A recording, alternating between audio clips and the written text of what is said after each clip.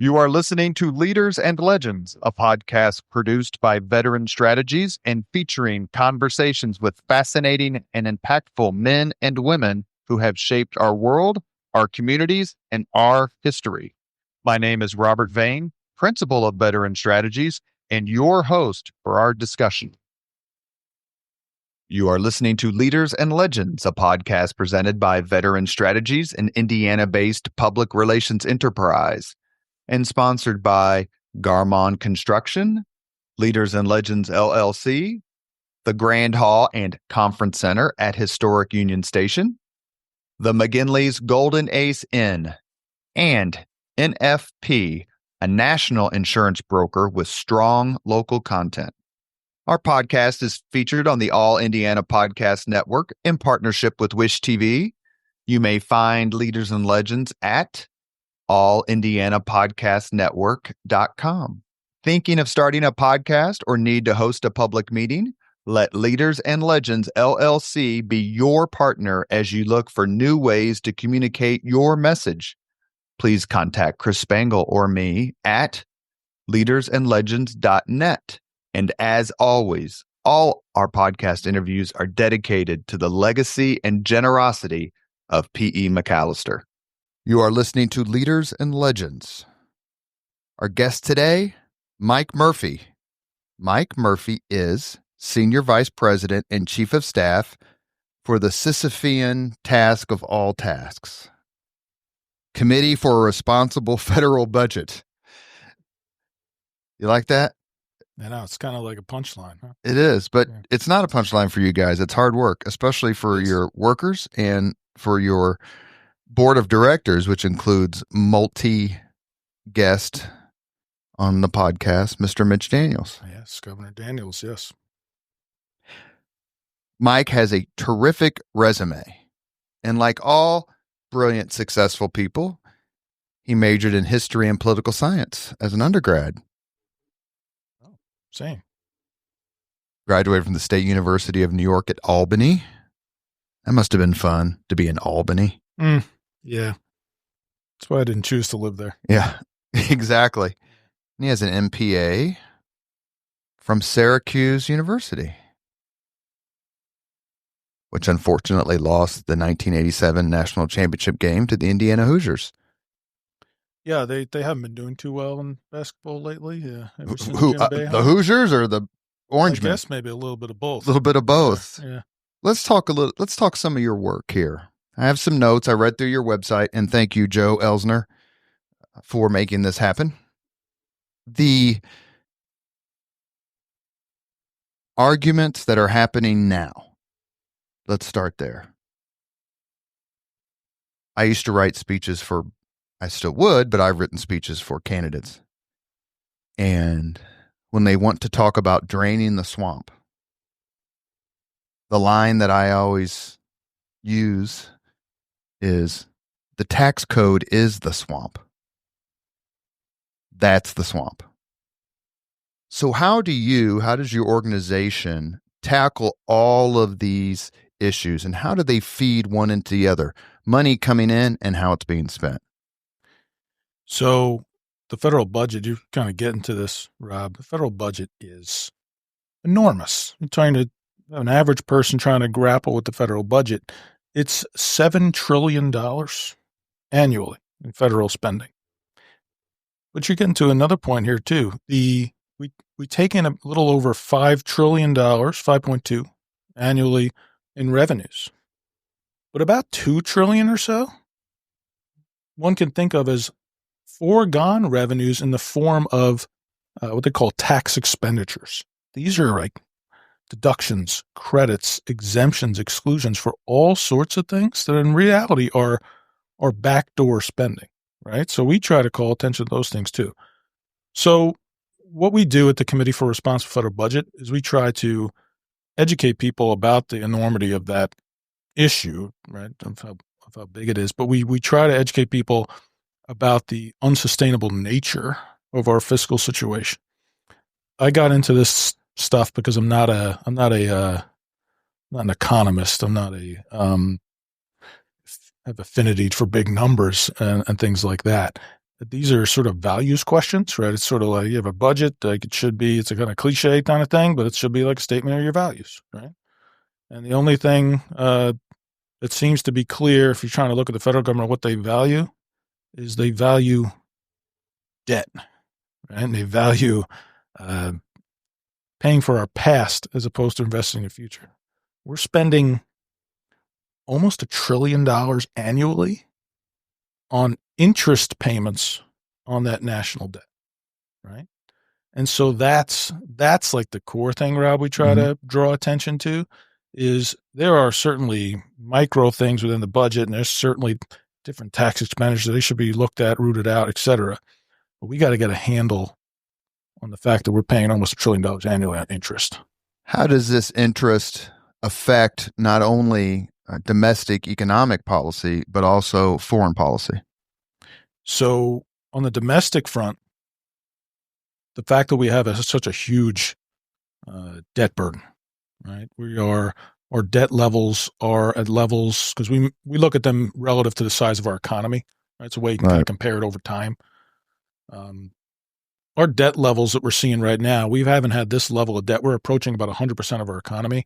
We haven't seen that since right after World War II. Except right after World War II, those debt levels came down, and they were projected to because we were borrowing to save the free world.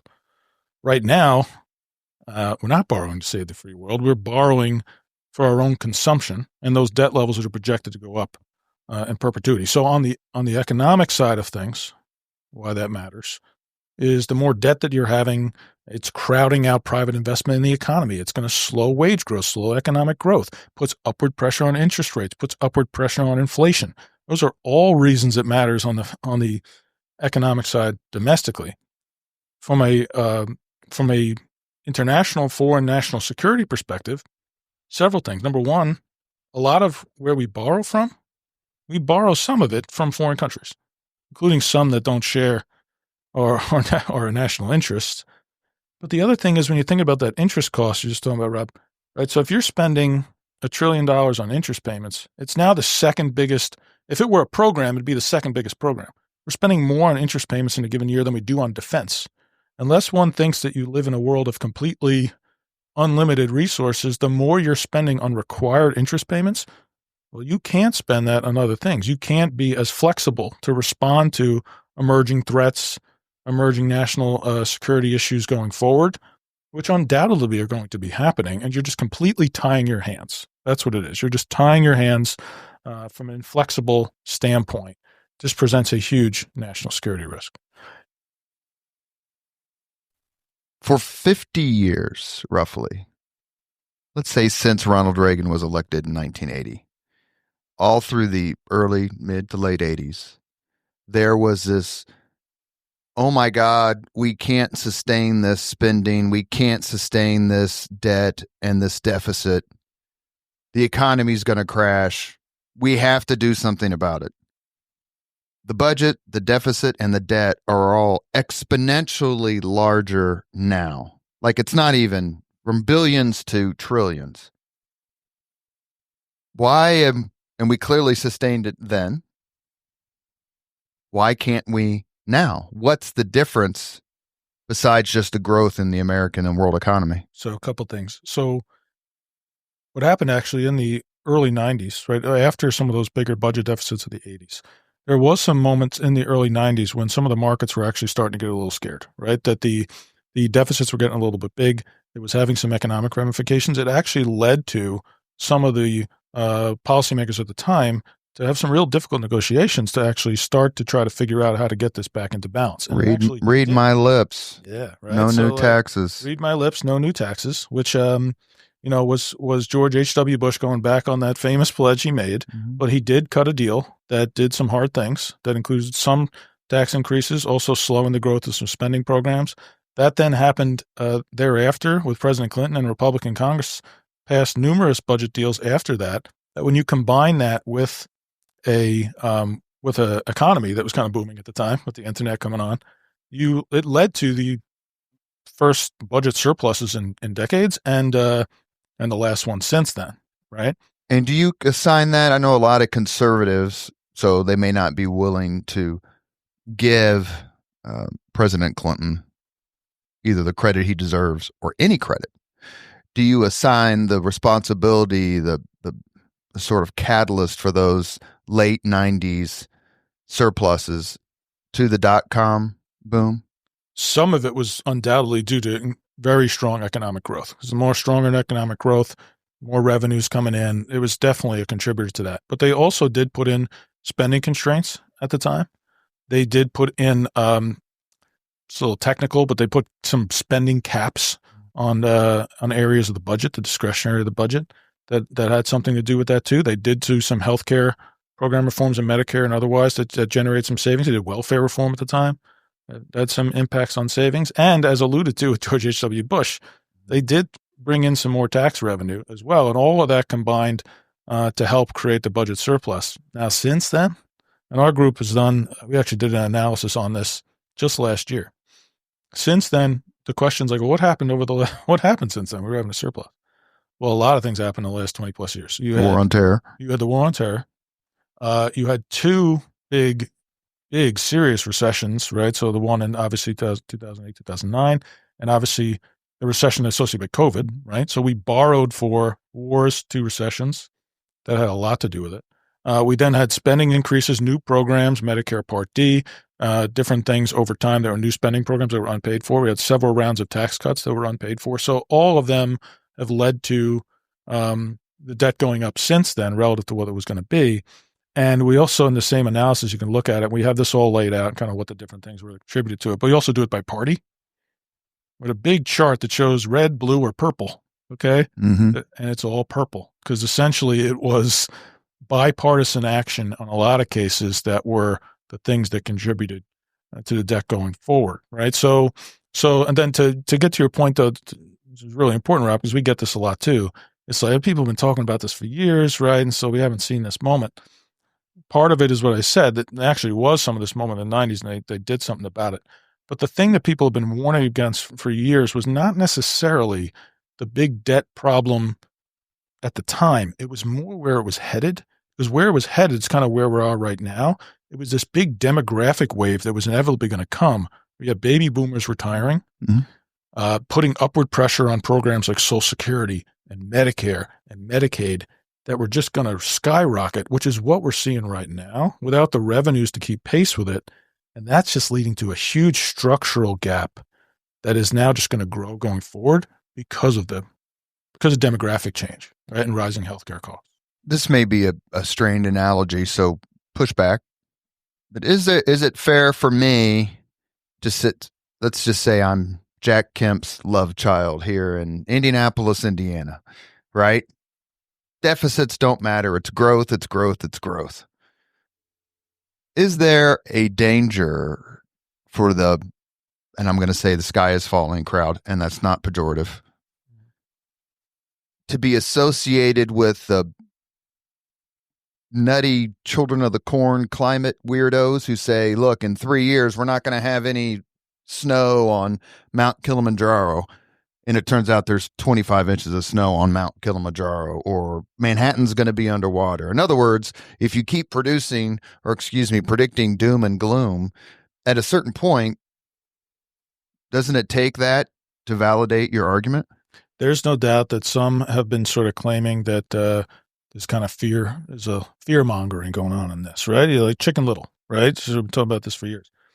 So some people have been saying, like, we're going to have a fiscal crisis, right? That meaning that, like, all of a sudden investors aren't going to be willing to lend you money anymore. And that's what they're kind of alluding to, is that big crisis. And that argument's gone back to the guns and butter of Vietnam in the late 60s, early 70s. Now, here's the thing. So historically, and you can look at this across history in other countries, empires, right? That's happened, right? That has happened to other places that haven't gotten their fiscal house in order.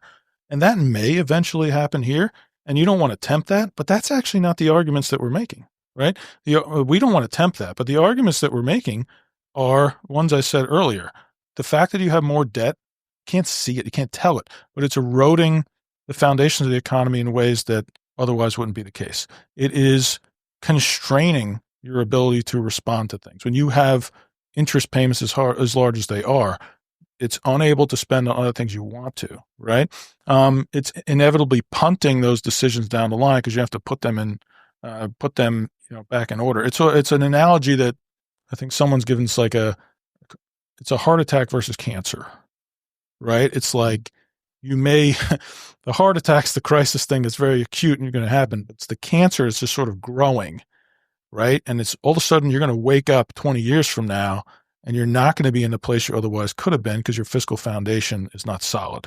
And another issue is that some of the programs, right, the big programs are the drivers of them.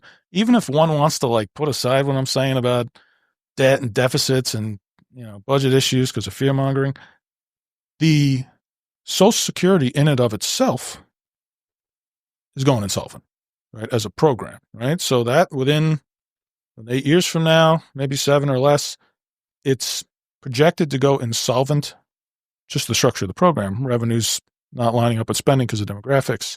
So when that comes, by law, it's mandated to have a 20% across the board cut. And so even if one doesn't agree or 20% across the board cut in what? Benefits. Social Security benefits? Everybody on the program. Okay. Everybody on the program.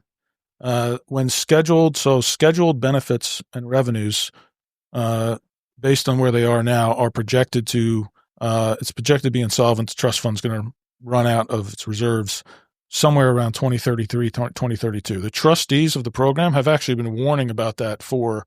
that's when I'm retiring, basically. Yeah.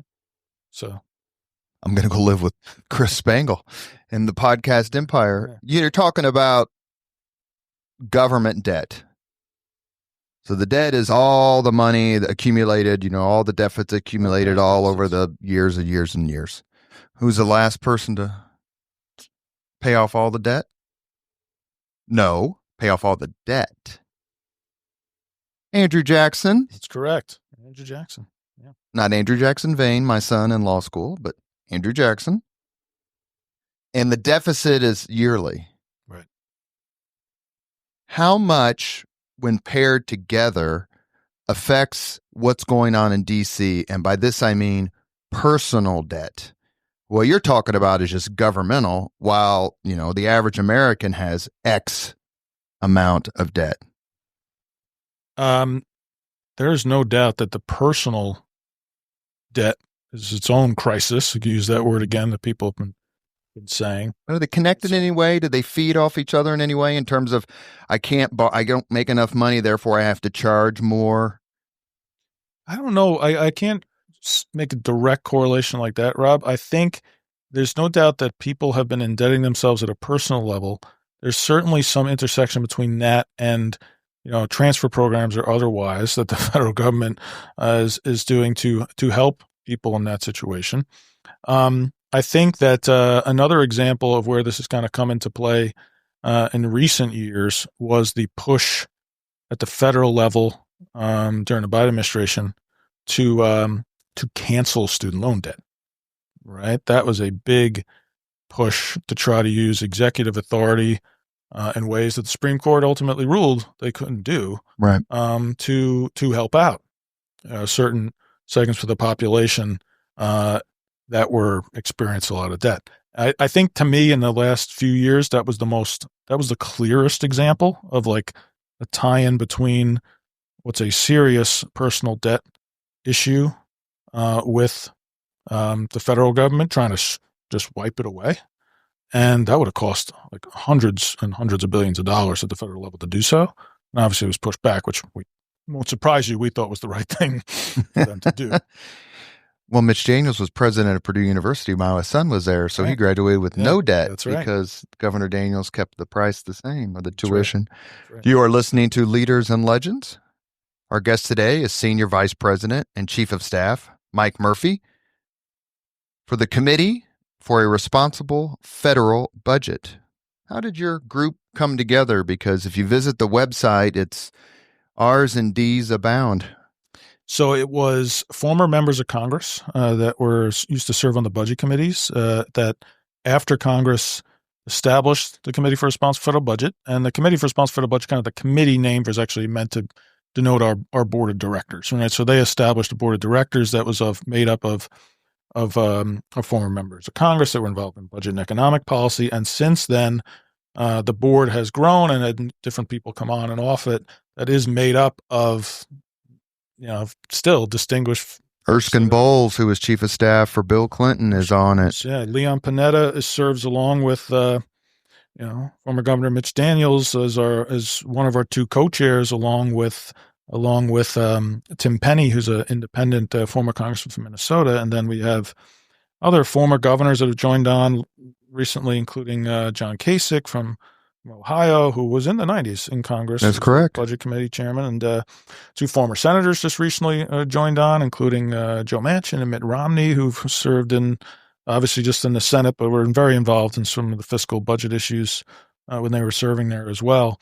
And so that's how the that's the leadership structure. That's how it came to be. And for much of its first 20 years or so, it was a very small nonprofit organization, couple staff that would do reports and try to engage Congress and the media, and the board would be very involved in doing so. Our current president, who I worked with, Maya McGinnis, took it over a little over 20 years ago, and we've slowly built it up into a nonprofit that's about 30 staff. It's formidable. Yeah, that like to think of ourselves as a lonely voice and kind of a leading voice still. Well, that's actually, you headed right where I was going to go. I mean, there's been all sorts of groups, efforts, initiatives, pushes. The list goes on and on. We have to do this. We have to do this. I mean, are you more optimistic now than other groups were in previous years, given your growth, given the strength of your board of directors and your staff? I mean, I'm not trying to downplay anything, but how do you get people to pay attention to you when it's easy just to go, look, I'm retiring in 4 years, so I'll let someone else deal with it? Well, the first answer to that is, or are they just scared of Joe Elsner? I think it's partly that. That's probably the main reason. We all are, all of us. Look, I mean, first and foremost, it's obviously incredibly challenging to try to push for these days, but everyone who works with us and for us is, I personally feel blessed that can wake up every day and I get paid to I work on something I'm passionate about. We think, for all the reasons we're talking about so far, Rob, this is critically important. So we get paid to do that, and we check our partisan allegiances at the door. We got people working at the Committee for Responsible Federal Budget that are far left and far right and everywhere in between. But doesn't matter when we kind of go in and just want to try to put our country in a better fiscal footing. And that's kind of rare these days, to kind of work in something that's politically relevant, but you can kind of have everyone from that degree. We work with people, by the way, on Capitol Hill from the far right to the far left, because they know we're kind of credible and we kind of speak truth on these issues, and doesn't really matter what side of the aisle. So that's my point there, Rob, is despite the challenges, that's rewarding, right? To be working for something that's mission driven and truly nonpartisan in this environment. But the thing that it is dire these days, there's no doubt, given the partisanship, polarization, trying to make progress on issues. But there is some renewed attention being driven on these issues for numerous reasons. I think one's the numbers that we're talking about. It's very hard for them to escape. Elon Musk has been saying it himself when he talks about why he was inspired to do some work, is when you hear that interest payments on our national debt are now bigger than defense, I think people realize, wait a second, I think we've crossed some threshold. So my point is that people are starting a little bit here to wake up to the reality of this. And obviously with the efforts like that, and which is obviously controversial, but the efforts like that with DOGE, it's bringing attention, to some of the budget, I think, challenges in ways that haven't happened in a little while. If my math is correct, if you've spent $1 million a day every day since the day Christ was born, you still would not have spent $8 trillion. Check the math. You might be right. Yeah, I think that's right. It's a lot. It's a lot, which is actually relates to it. Which means it's unfathomable. It's a lot, but it's here's a different way to look at this. It's because the $1 trillion numbers, they're just so big. It's really hard for anyone to kind of grasp what that means. Well, I'll try to put this in a different perspective. is that a lot of people try to figure out, like, what does it mean to actually solve this problem? Like, what I mean by that is numerically. Like, it's like, do we have to balance the budget? Do we have to pay off? Great point. Do we have to pay off our debt? Like, what are you actually doing? What's your goal here? The goal is you're not going to pay off the debt. Like, that's actually not going to happen. Okay. Like, just no. And there are economic arguments not to pay off. Actually not. Isn't it the Keynesians are the. Well, it's funny. You talked about the balanced budget in the 2090s before. There were actually, at the time, I'm told about the conversations. I was not there in part of them, but there were conversations at the time that seem kind of crazy in hindsight, that people were really worried about. We can't pay off the debt because you need some kind of credit. Like, the Treasury serve as a foundation for credit in the global economy. So, so we still need treasuries. But so anyway, that sounds crazy in hindsight, but you don't need to pay off the debt. What you need, your goal should be to have your debt stop growing faster than your economy, right? So the debt as a level of our economy is the metric I said earlier, is at historically high levels. It's growing faster in your economy. So in other words, it's growing faster than your underlying base of your economy that gives you the ability to service that debt, right? So it's that metrics that's out of control. It's very similar in ways to the corollary of more debt to income ratios when people are trying to apply for mortgages and things like that, right? So you need to stop your debt from growing faster than your economy is what the goal should be. And to do that, you come up with the numbers on how much debt reduction you need to do that. You need about $9 trillion of debt reduction over 10 years would stabilize that, okay? Now, how much is that? We're going to spend $89 trillion At least projected at the federal level over the next 10 years. So that starts to put it in context, right? It's like, well, hold on. Like, $9 trillion seems like a lot of money, which it is, but it's $9 trillion on the base of at least $89 trillion. Starts to become, right? 10%. Starts to become more manageable on how you do that. And again, it doesn't all have to be on the spending side. You can talk about revenues. You can talk about the need for more growth, which can bring in revenues, right? So it starts to become a little bit more manageable, I think, when you put it in that context. Have you done the math yet, Chris, on my $1 trillion calculation? I've had two math interpositions. That's more than the entire podcast up until now. Not my strong suit. But even I, as someone who got a C in micro and a C plus in macro, has to know that it can't go on forever. Okay, so that leads us to Doge. Now, nonprofit. So that restricts you a little bit. But in some ways, is Doge the moment for you, for your organization? Like, finally, people are listening? Well, kind of as I was saying before, like when we first heard Elon Musk and sort of the ideas in the campaign that were kind of bringing this up, he was saying statistics that we cite all the time. Like I said, like his main statistic, he said it in the Oval Office a couple of weeks ago again, was I got involved in this because I heard that interest on the debt is more than defense, and that's not going to work. Like, that's his message, right? So it's like, okay. So then shortly after the election, when they announced the Department of Government Efficiency, there was no details, obviously, on what it was going to be at the time, but they put it out. They put out what their intentions were and why. So we welcomed it. We put out a statement at the time that said, great, right? Like, when you're in the hole we are, a first level is, are you prioritizing this, right? Because that's what it means as a president coming in. What are your priorities, right? So the fact that he was putting this out there as a priority, we welcome that. As it has rolled out, several things, right? First is I think there's probably three buckets you could think of them where they're kind of looking at savings. It's not exactly right, but mainly three buckets. One is they're trying to get in, they're looking at all sorts of existing contracts, agreements, leases, real estate contract, all these things. Buildings. Buildings. Trying to figure out what can they cancel, what can they pull back on. So there's a whole area of potential savings there that they claim. A second bucket is in reducing the workforce, right? Federal workforce, right? They offered buyouts, right, among other things. Buyouts. They are doing big reductions in force at different departments and agencies.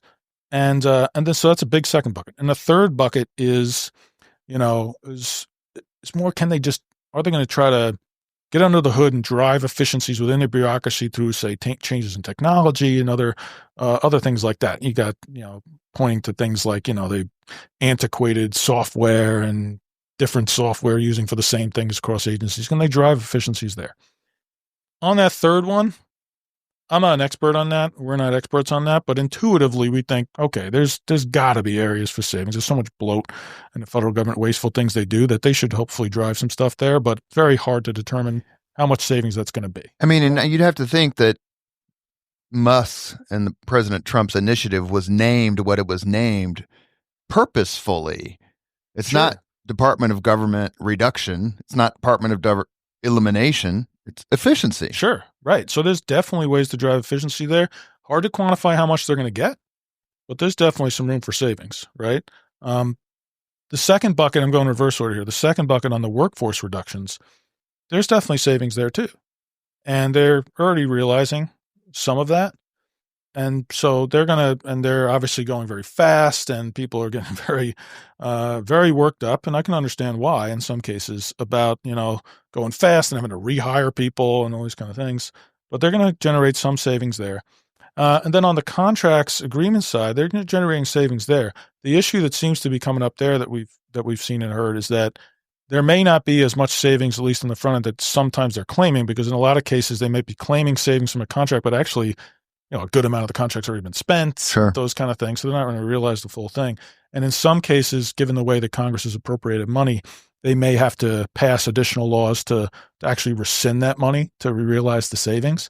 So, but all of this is to say, they should definitely be trying to do this. They should be doing it legally. The courts are obviously having their say on this, but it's not where the big money is. Like the big money to make a dent in some of the bigger issues we've been talking about, bigger money is in the programs themselves, not necessarily in the administration of programs. Again, you should find it. There's probably billions, potentially trillions of dollars in the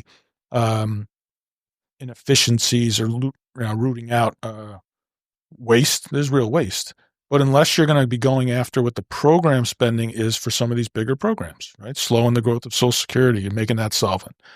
The healthcare programs, right? You're ultimately not going to be able to bend that big debt trajectory just with going after the bureaucracy. That's just not where the money is, right? 87%, Rob, is this a good way to think about it? 87% of the projected spending growth built into the budget is from three things. It's from Social Security, it's from healthcare programs, and interest on the debt, right? And so unless you're going after that, you're really squeezing from a very small part of the budget trying to generate the rest of that savings, which is not where the money is. You're listening to Leaders and Legends. Our guest today, Mike Murphy, Senior Vice President and Chief of Staff for the Committee for a Responsible Federal Budget. The news media. Are they helping the cause or are they hurting the cause? And by that I mean the media tends to focus on anecdotal pain, the family, the food program. How can the media be brought in to this fight in a way that amplifies your message about the long-term aspect of this problem, while also sort of acknowledging that, A, B, and C could be hurt? There's no doubt that the media does in certain instances, and we've been seeing this now. They kind of will. It's very easy to hone in on one specific story, because when when you're reining in budgets, it's going to have implications, right? So there's definitely some of that going on. My frustration a little bit more with the media at large, broadly, on when it pertains to the environment we're in, is that that they focus on the fight, right? They focus on the who's winning, who's losing all the time, at the expense of maybe focusing on substance, right? Like if you're reading a lot of articles that might be going on about the budget negotiations, they tend to be about, the inside Congress drama of who's fighting with each other and all these kind of things, as opposed to the substance. I would say that's my bigger critique with the media, is to try to, but the fact of the matter is, and that's why, that's why I think, give a shout out to your comms director on staff. Right. I mean, that's why our comms folks are trying to push this, and we get a decent amount of attention in the press on our work.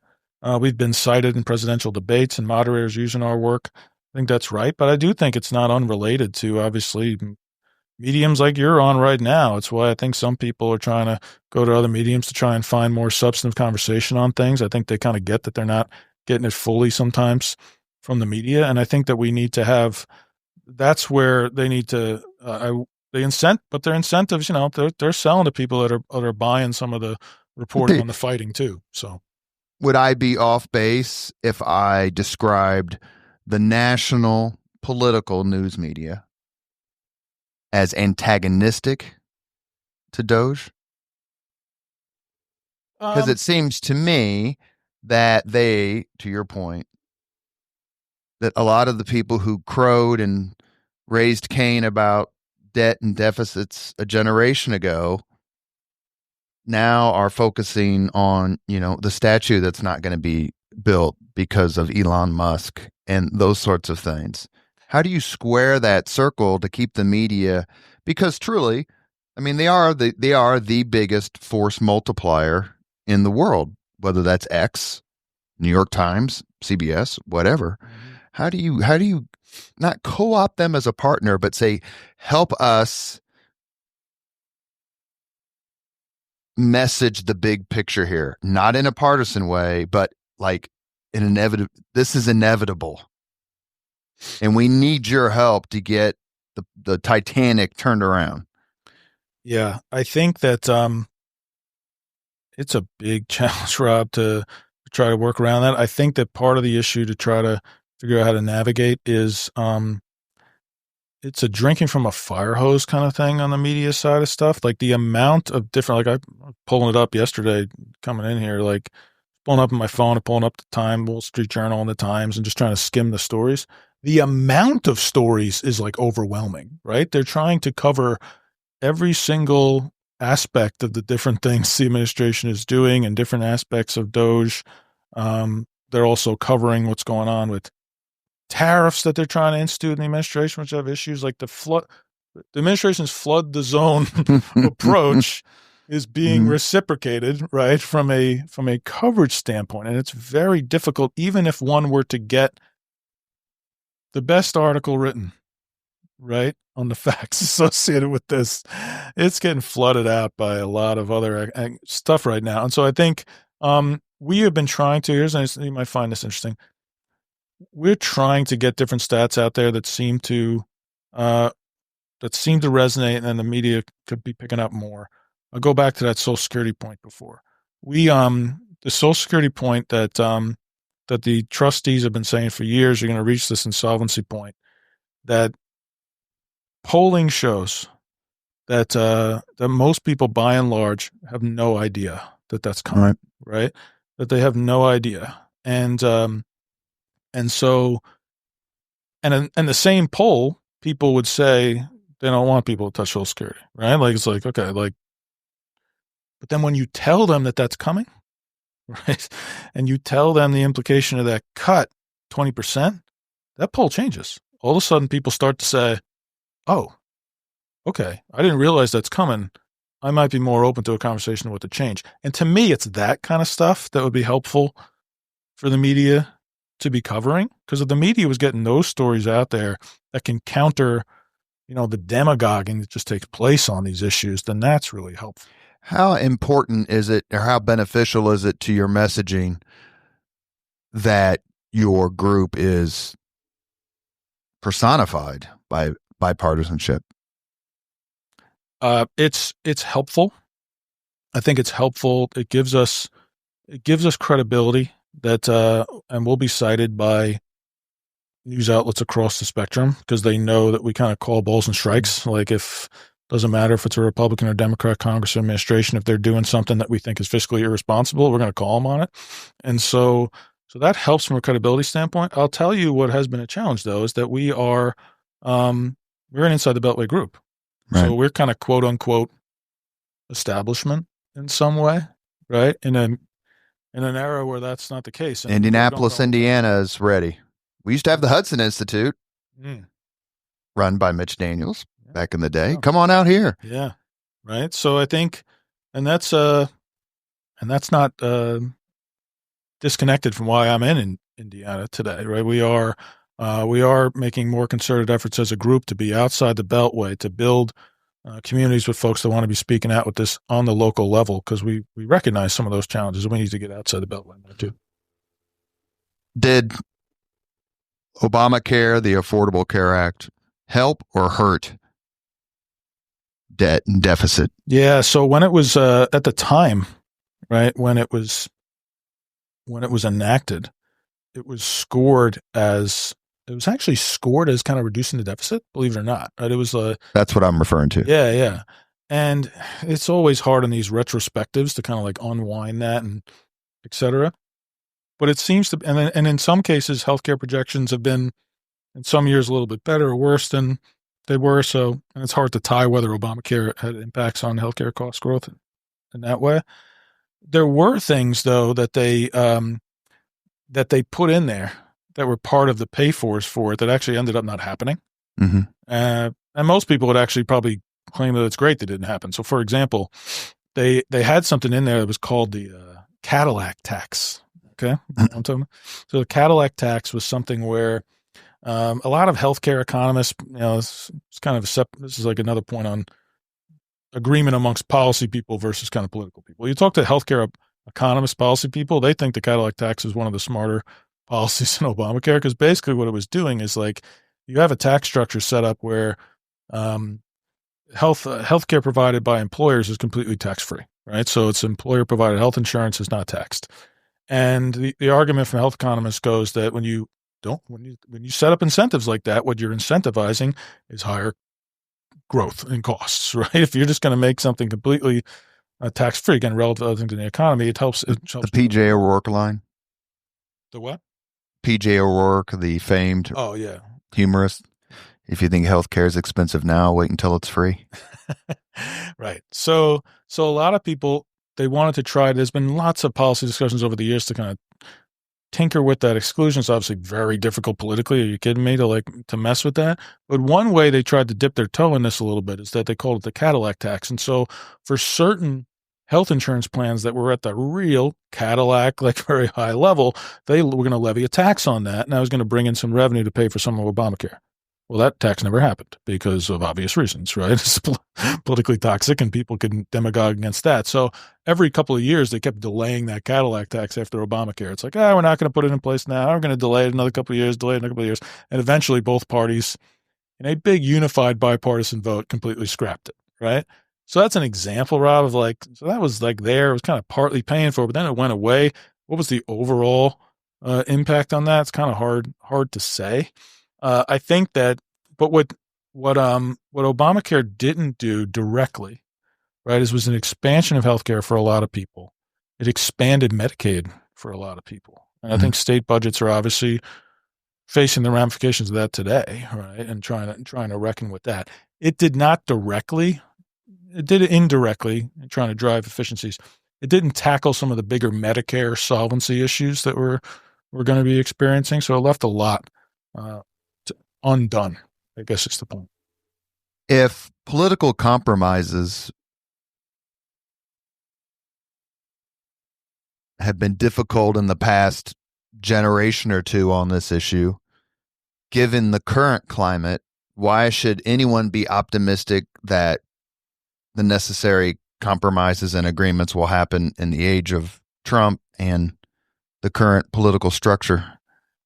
I would say two things. I keep going back to this point, but I do think it's true that they are facing some serious budget constraints when they're trying to get things done now, right? It was when it wasn't this significant, you still had some more flexibility and kind of get around this. When they're trying to come up with budgets every year to try to tackle whether they're going to add new programs, deal with programs, when they're facing with those interest costs, right? And they're looking at that interest service cost, and they're like spending more on that than defense. It's really starting to put some constraints on their flexibility, right, and their ability to spend. And the knee-jerk reaction has been during the past several decades, forgive me for interjecting here real quick, is defense is where the savings are. The defense budget. What are you going to do about defense? And what you're saying is, and I think what Musk and Trump have said, yes, defense is a part of DOGE. They're going to get their turn at bat and are getting their turn at bat. Talked about the Everett Bean Center at Fort Harrison. Used to be Fort Harrison when I was stationed there. I used to run around that building, second biggest building in the United States Army after the Pentagon, obviously. Mm-hmm. But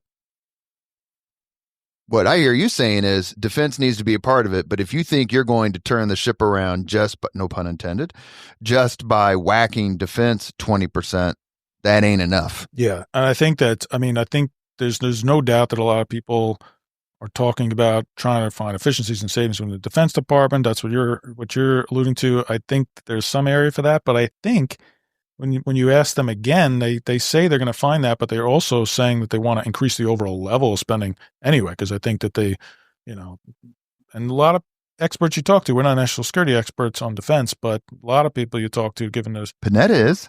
He is. Former Secretary of Defense. Yeah, and then and when we convene some of those people, you will hear many people say that given the threats facing us globally, it's potentially realistic to see us spending, yes, more relative defense in the future than we do now, right? So we should find all savings we can. But yes, for that reason, and because it's not where the money is, that's not going to get you there, obviously focusing on defense. But going back to the point on interest, which I think is important, is part of the reason that the dynamic has changed on that is we were living in this artificially low interest rate environment for so long that people got pretty used to that, right? And people got pretty used to that at the federal level. There was lots of articles written over the last several years when that was going on that were kind of saying see, this deficits don't matter because, we're just at these low interest rates, so we can borrow at these low interest rates and, we're going to make up for it and, borrow now, invest this money. Yeah, well, that didn't work out so well, did it? Because for numerous reasons. Number one, they were artificially low. They were always low historically and they're inevitably going to come back up. But the way federal government borrows, it's not like we're borrowing. A lot of people think we might borrow just like people borrow like on 30-year mortgages. We're not doing that. A lot of them are borrowing on very short-term treasuries that roll over. So you have serious interest rate risk. Is the stock market a specter hanging over all of this effort? What do you mean by that, Robin, specifically? Is it stock market falls 200 points, right? Then, Drudge Report melts down. I'm sitting here checking my retirement multiple times in a week. I've lost money since the president has been inaugurated. Fine. I have no doubt I'll get it back.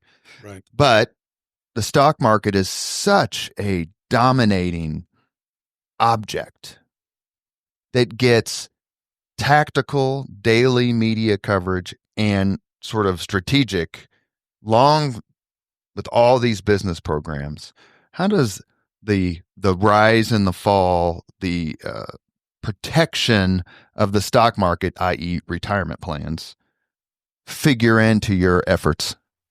It figures in a little bit, but it's also the stock market is so fluctuating. It's hard to keep track when it comes to what we focus on, which is the medium long-term kind of trajectory on the debt. The stock market's just so changing short-term. The thing that has gotten more attention that's related to this is some of the rising treasury rates, right? Not just, right, so the treasury rates obviously then feed into the interest cost of the federal government. There's also been, very historical spikes, et cetera, on treasuries over time that it's hard to parse out what's driving that. But a lot of what people claim is at least part of it, just hard to parse it out, is what's driving the increase in treasury rates is, well, people are starting to get worried about the federal government's ability to finance this over time.